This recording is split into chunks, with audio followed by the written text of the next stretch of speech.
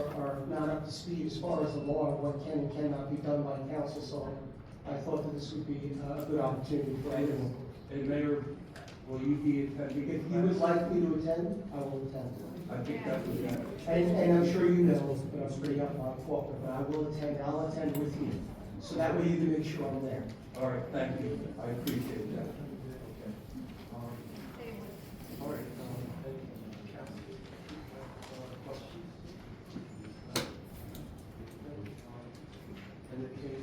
Motion? Will they vote? Is there a second? I'll second. Who seconded the motion? Vice Chair. Motion was made by Councilwoman O'Toole, seconded by Council Vice President Madison. Councilwoman O'Toole? Yes. Council Vice President Madison? Yes. Councilman Bradley? Yes. Councilman Bianchini? Yes. Councilman Sikosi? Is there a passing grade on this? Is there a pass or fail? Do you need an A, B, C, D? I think you did. I'm They would have made a of course. certificate of attendance for you. Okay, all right. Yes. Councilman Coleman? Yes. Councilman Avery? Yes. Moving on to item number 8 is a resolution of the Council of the Township of Toms River, Ocean County, New Jersey, authorizing the retention of Special Affordable Housing Council by the governing body. I would like to just ask for one opportunity. Council Vice Chair has a question first. I did have a question, and I didn't want to bring it up, but About the. why did you discourage us from getting this council training when we first got on council? You said on no uncertain terms, do not go to the council training. There is, I don't know what you're talking about. Of course you don't. No, that never happened. Were you gonna share for us the date and time so we know that? Mayor, this is a good thing, so. Yeah, it's a fantastic Thank you thing, for bringing so, it up. yeah, there was no such thing before. We just passed it. But can I have a moment on ordinance 8? Resolution 8. We're going to read it, and then you can make a comment. Thank you, I appreciate it. Thank you, you're welcome. Okay. Would you like me to read that to the record as well? Yes.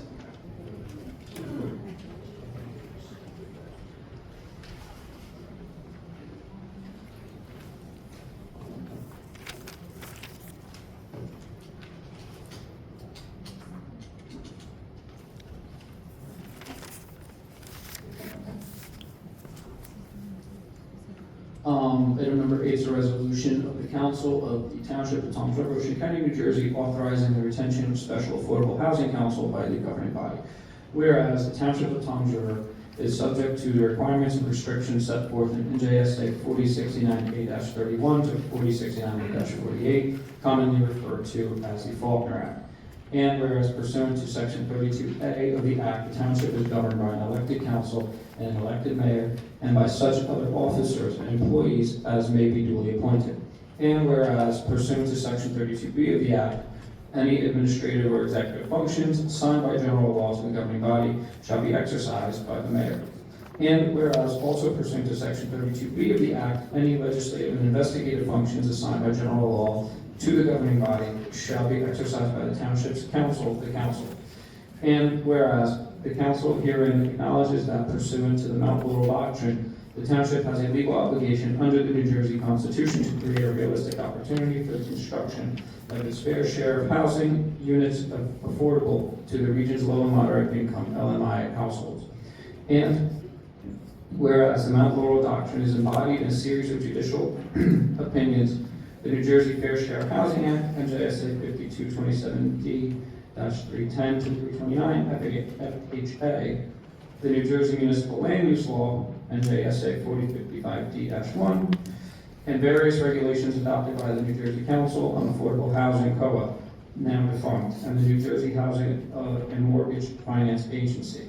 And whereas on December 8, 2025, the Township reached a settlement with nonprofit affordable housing advocate Fair Share Housing, and whereas on March 10, 2026, the Township Planning Board conducted a hearing and adopted the Township's 4 housing element Fair Share Plan, which was consistent with the various terms and conditions set forth in the FSHC settlement agreement. And whereas on December 10, 2025, the Township Council endorsed Toms River's adopted Fair Share plan. And whereas on January 5th, 2026, the township secured court approval of its fair share plan. And whereas pursuant to the FHA, the township was required to adopt its fair share plan, implementing ordinances prior to the statewide March 15, 2026 deadline. And whereas prior to the deadline, however, the council repeatedly asked the mayor and the township's Affordable Housing Council to request a short extension of the March 15th deadline because it became abundantly clear that relevant information was being purposely withheld from the council.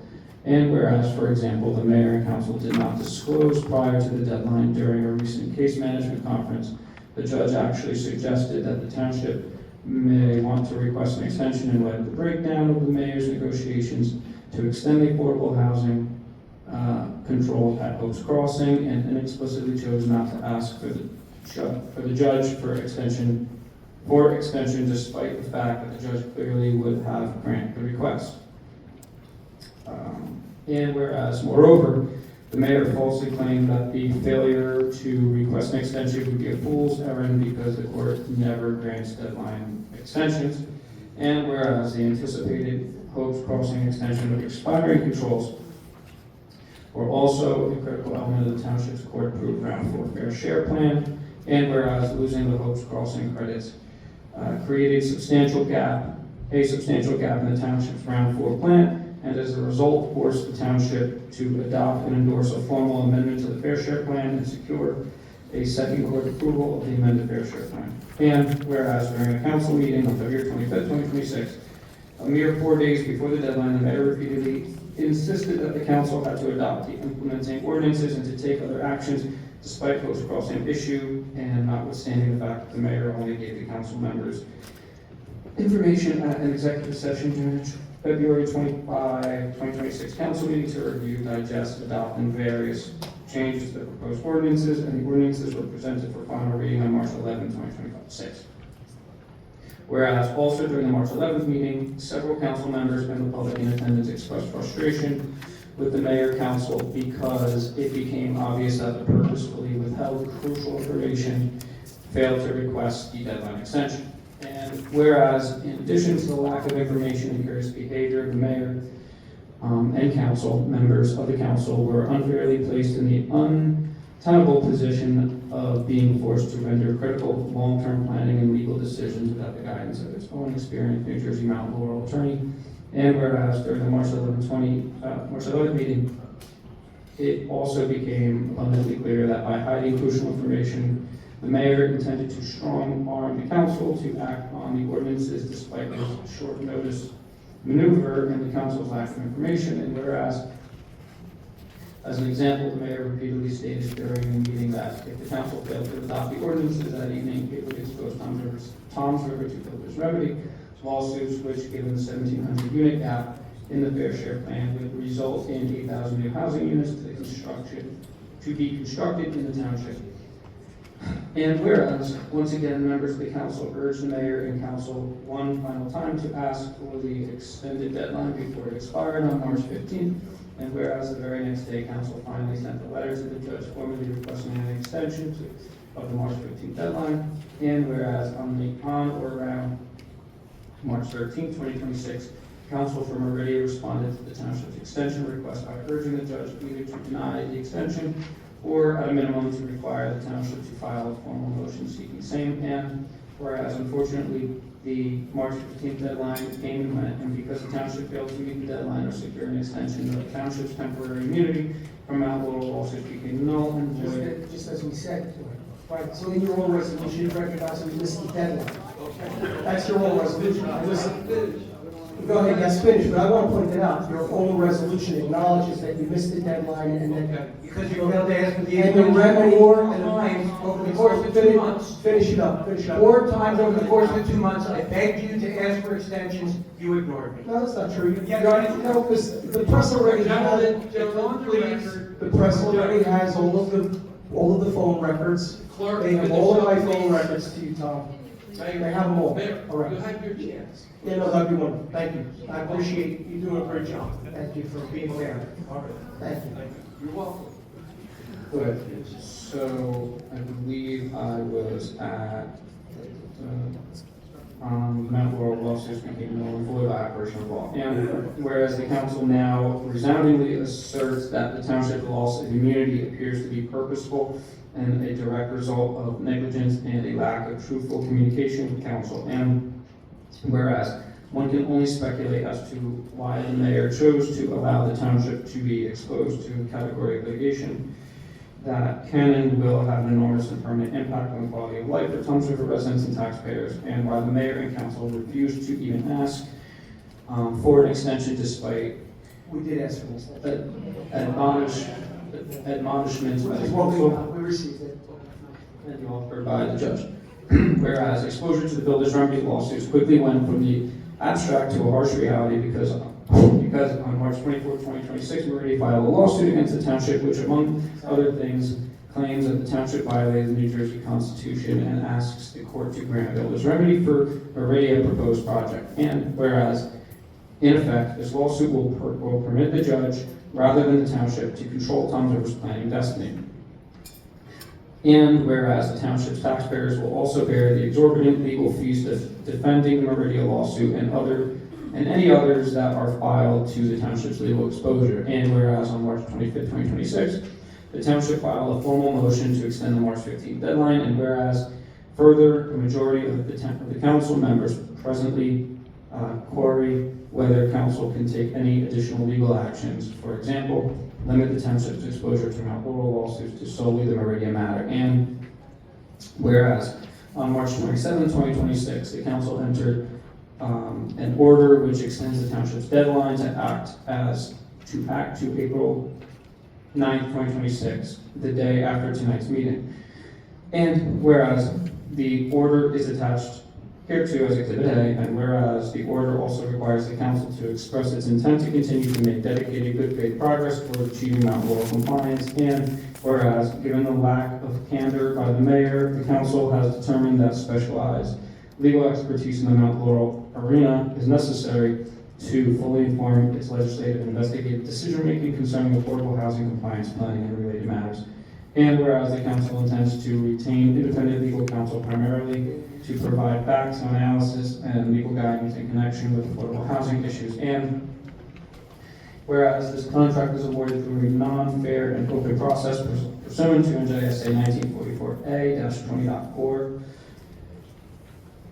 And whereas the council desires to appoint Michael A. Jedziniak, Esquire of Spiro, Harrison, and Nelson LLC, and whereas Mr. Jedziniak has dedicated his entire 25-year legal career to exclusively representing the New Jersey municipalities in all corners of the state, and whereas in fact during his career as a Mount Laurel attorney, Mr. Jedziniak has represented numerous Ocean County municipalities, including Toms River, Berkeley, Brick, Pine Beach, Seaside Park, Ship Bottom, Beach Haven, Eagleswood, Manchester, Barnegat, Beechwood Borough.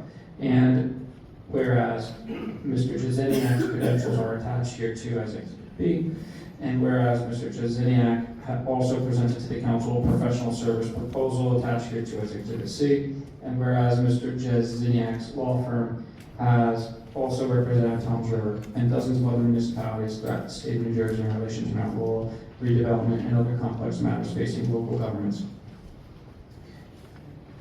And whereas the council carefully reviewed the three exhibits and hereby finds that Mr. Jedziniak is clearly qualified to provide council with the information and guidance that it is lacked heretofore. And whereas as set forth by the council declares that engaging Mr. Jedziniak is in the best interest of the township and its residents, now therefore let it be resolved by the Township of Toms River, Ocean County, State of New Jersey as follows. 1. Recitals. The recital and exhibits referenced above are hereby incorporated by reference as if stated in full hearing. 2. Retention authorized. The council hereby authorizes the retention of Michael A. Jedziniak, Esquire of Spiro, Harrison, and Nelson LLC as Special Affordable Housing Council. 3. Authorization to execute documents. The council president and vice president are hereby authorized to execute all contracts, to provide documents as requested, and to take all other ancillary actions allowed by law to effectuate the engagement of Mr. Jedziniak and his law firm. 4. Compensation is set forth in Mr. Jedziniak's proposal Compensation shall be on the hourly basis with a rate of $200 per hour for billable time incurred by Mr. Jazaniak and $100 per hour for billable paralegal time, and without further authorization, and shall be subject to certification of funds in accordance with law. 5 term, this appointment shall remain in effect until December 31st, 2026, or until completion of the specified services, or unless sooner terminated by resolution of the council. 6, severability. If any provision of this resolution is held invalid, invalidity shall not affect the remaining provisions. 7, effective date, this resolution shall take effect immediately upon adoption subject to applicable law. 8, be further resolved that a notice of this action shall be published in the official newspaper of the township as required by law. 9, it is further resolved that a certified copy of this resolution be forwarded to the mayor, business administrator, the township attorney, Honorable Mark A. Troncone, and the affordable housing attorney, Mr. Zingaro. And that's it. Motion to move the resolution. Mr. Hensel, thank you so much. Thank you so much. So, Council President, I'm going to have my opportunity. Yes. So, Mayor, keep it short, please. yeah, that was awfully long, so I have a couple of points that need to be addressed. The first first thing that needs to be addressed is the warning. Everybody was here, everybody heard. As far as the affordable housing plan, Dave and Councilman Knives, and you were on council when the council approved the original plan. You were involved in all of that in full detail. You voted for that plan. Are you speaking in December? Hang on, in December. Okay. You also voted for the initial resolutions that would affect you. Hang on. This explained. Can I, may I, Then I can respond then.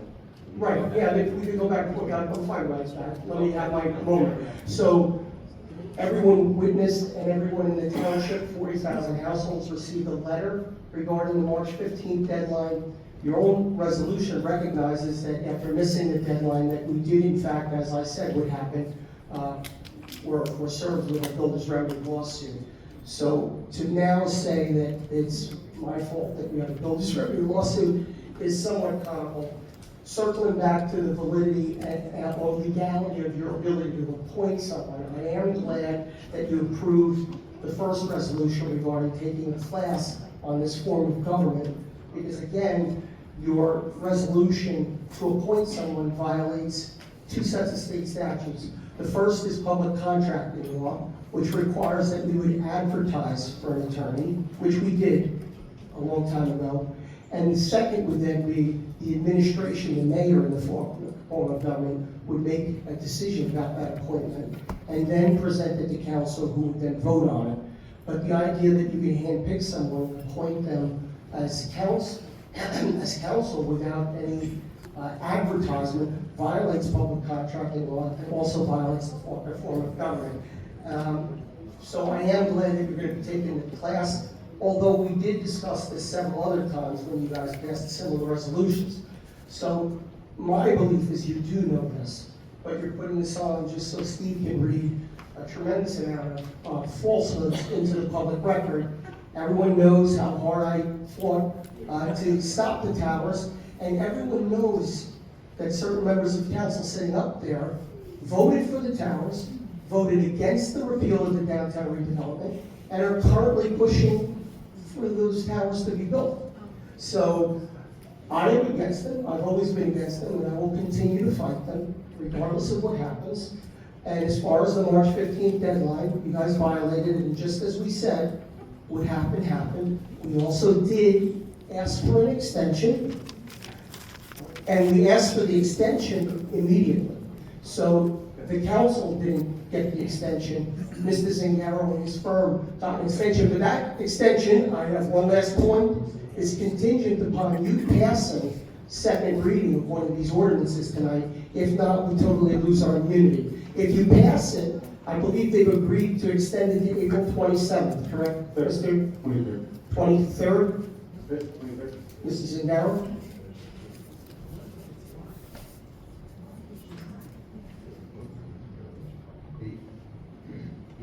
The obligation is to pass a resolution confirming that you dedication to the implementation of ordinances and resolutions. So the obligation concerns the resolution that's on your agenda.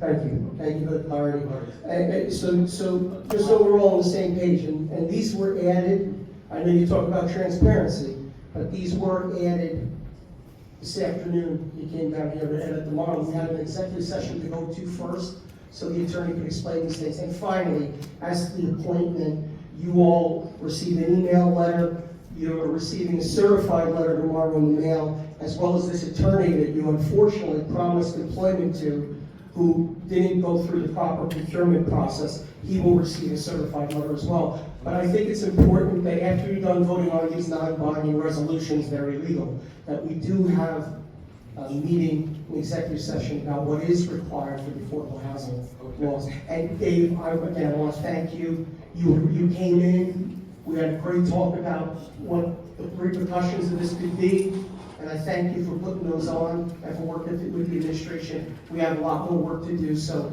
again, both of these resolutions are non-binding, they're both illegal. You're going to pass them, I understand that. You're welcome, and Thank you. What we agree on is everybody here listening to us in our town. All right, but first, I want to respond to that December meeting. Everything was prepared for us, and it was Councilman Jim Quinsley, Tom Iveson, and myself. It was all there, and we had the same pitch. You know, it's the deadline. We got to get it done. I can't believe that it was all accepted.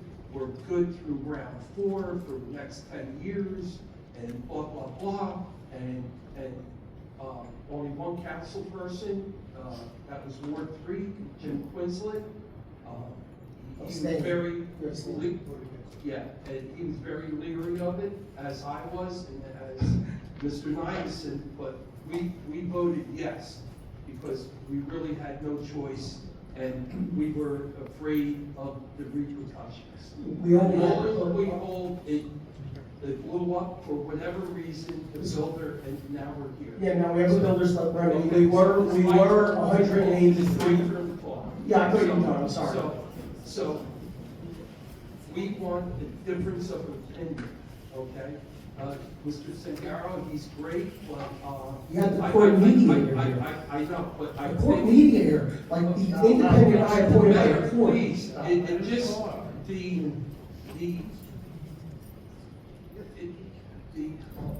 hell's the word? I'm sorry, I interrupted you. Conflict, his law firm is a big Democratic law firm, and one of the main partners there is the Speaker of the Assembly.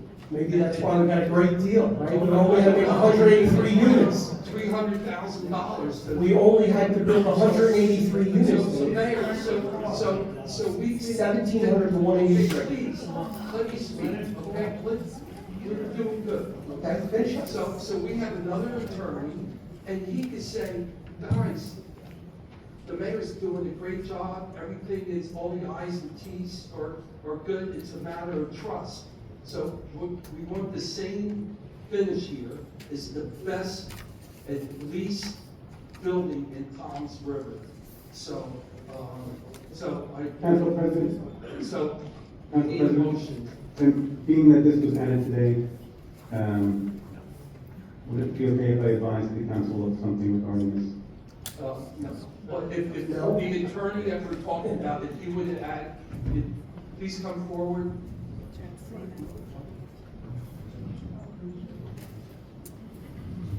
He's going to advise the council about the open public contracting laws. Just state your name for the record, please. You will. I promise. And you can pull that out if you have. It's green in here. There you go. Can you hear me now? Okay, sorry about that. What I was hoping to do maybe tonight is to give everyone a little bit about my background, No, we heard your background.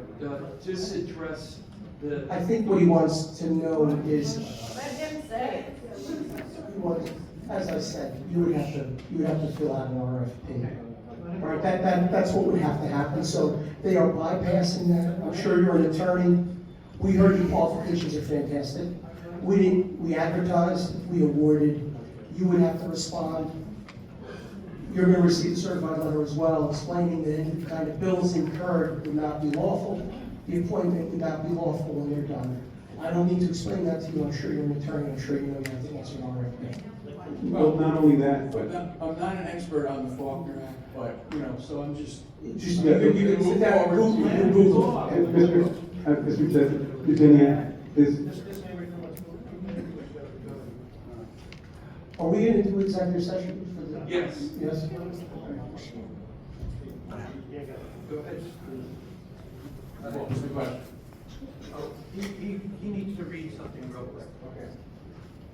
So a non-fair and open award for attorney services does not require public advertising of the solicitation itself. However, a notice of award must be published in the official newspaper after the contract is granted. But I would grant that. the problem is, I would grant that, not you. I'm sorry, Council President, but this is probably the most illegal resolution I've ever read. I mean, there's five little things wrong with this, besides the fact that it violates the Faulkner Act and New Jersey contracts law. It is full, I'm concerned that it has willful factual misstatements, that it has, it's written with what seems to be a negligent legal understanding, as well as, It was not written by. Yeah, and I Just to be clear, I don't think you wrote this resolution, correct, sir? I would be obliged to communicate to Mr. Giseniak, sorry if I mispronounced your name. You got it right. Giseniak, I will be communicating to you tomorrow morning that, this resolution is, non-conforming with the Faulkner Act and state statute, and you will not be allowed to receive municipal funds for any bills that you incur. So I wouldn't start doing any work. That's fine, and would you call me? Can we do it? Yeah, of course. Okay, yeah. I would strongly urge the council to table this until after they take the course in the Faulkner Act, because this is one of the most poorly and non-conforming, to put it nicely, Clark, resolution And item. Mr. Giseniak, if you want to apply when we advertise, you're more welcome to apply. I usually put everybody in the pool. I usually put everybody in the pool. We're fair like that. Correct, Tommy? Last time around, I put everybody in the pool. I put everybody that applied for engineering. If you want to apply, I'd certainly sit down and talk to you. It would be wonderful. But right now at this point, we have to maintain our immunity, and I don't know what these guys are trying to pull, but thank you for coming Well, down. I would just say that it sounds to me like this is something that could be cured if they went through the proper. I actually disagree legally. I think the Faulkner Act prohibits council from retaining, you. Okay, But we can talk. what he means is. Thank you very much. Cure. Thank you. You can sit down. Thank you. Thank you, Mike. Thank you. First name, Okay, I need a motion to table number 8 and number 9. I would just like to say that Mr. Joseniak could get us out of this mess. there is no mess. Tom. Yeah, the mess that you got us in. Tom, you just brought on a builder's remedy, and now you're gonna bring on another one. You don't pass what the court told us to pass. Okay, can I just speak without no speaking? Sure, Is that possible? if you stop yelling, yeah. Is it possible? Take it down a notch, and then I won't feel the need to defend myself. Just take it down one notch, don't yell at me. Go ahead, Tom, Okay. go for it. The mess, But be truthful. Be truthful. the mess that Roderick got us into with this 40,000 letters he sent out to the town, that's propaganda. That was a campaign letter that he paid for. Okay? He used our money. Josh, I'm speaking, he used our money to pay for a campaign letter bashing us that we signed up for 8,000 apartments. We're in bed with developers. He's the only one I've ever met in bed with a developer. We've never met a developer. Okay? He wants to award this. He's afraid, Mr. Joseniak, because he's gonna get us out of this mess, because this guy knows what he's doing. It would be to our town's best interest for you to hire this guy, and I'm sorry, Mr. Whatever, Tangiero, but, you know, you got a freshman over here, and you got someone with 4 master's degrees in affordable housing, who's willing to work probably less than he is, okay? But your campaign isn't gonna get the contributions from him, because he's not political, okay? What am I talking about? Everything you do is about your campaign, and you know that. Yeah, go ahead, man. The only people clapping are the people for your. If all the people clapping for the people who voted for you, and now they're sorry they did. No, Tom. Oh, no. Tom, exactly what you said wouldn't happen. You said there wouldn't be a builder's remedy, you said it was gonna be a scare tactic, and it came 2 weeks later. And if we don't pass. Dan, you know you did this, entire thing was planned for you to be able to use it against You're us. in bed with people, and you're taking money. There's no Take discussion, money. we have a motion to table 8 and 9. Okay, thank you. Okay? Who's making the motion, please? You made the motion. Had a motion before that. Originally, you made the motion. I said I need a motion. Oh, I'm sorry. Do not. Motion after he read it. Second? Okay, so for the record, we have a motion to table items 8 and 9. Motion was made by Councilman Faber, seconded by Councilwoman O'Toole to table. Councilman Faber, Councilwoman O'Toole, Councilman Bradley, No. Councilman Bianchini, No. Council Vice President Madison, No. Council President Sikosi, Yes. and Councilman Coleman. To table. Yeah, I understand. I was in the hospital for a couple of weeks, and I had a lot of time to think about things. And I've heard all the arguments on both sides, who's to blame, the blame game, this, that, and you know what really matters, folks, logically?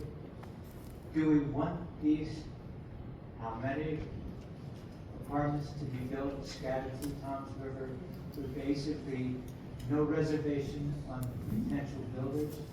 Or do we want to do whatever we can to limit the construction? Because Toms River, obviously, in my opinion, right now, is overbuilt. Compared to when I came here 28 years ago. I would like to see Toms River at least try to hold on to some of the features that we're so proud that Toms River has. So the real issue is, which one do you want? Do you want us to continue fighting for minimum building? Are you okay? And like I said, all these arguments are wonderful, but the real issue is, do you want to take a chance and have all these apartments built without any reservation on the builders? Or do we try to get a handle on it? I mean, we're not out of the woods yet, but we got to make that decision. It's critically important, all right? Like I said, I'm not taking either side, I'm just trying to use a simple, plain logic. This or this.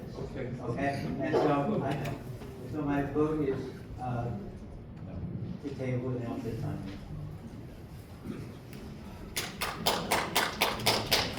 Okay. So for the record, That's exactly what we all want. What you just said is what we all want. You think we want 8,000 more units? Yes. I don't want one more unit. Okay? I'm the only one who preserved my own land. Okay, what did you preserve? Nothing. When did you preserve it? When did I You have a preserve? farm that you pay no taxes on, so you gotta tax stuff. So you pay 10,000 a year. What does that have to For the- for the record- Federal pays 10,000 a year. for, Make a motion to go to executive session. okay, hold on. For the record, items 8 and 9 will both tabled, which brings us to item number 10, is a resolution for executive session. We need a motion and a second, please. I made the motion. Motion was made by Councilman Coleman, seconded by Councilman Faber. Councilman Coleman, Yes. Councilman Faber, Yes. Councilman Bradley, Yes. Councilman Bianchini, Yes. Council Vice President Iverson, Yes. Council President Sikosi, Yes. and Councilwoman O'Toole. Okay, thank you.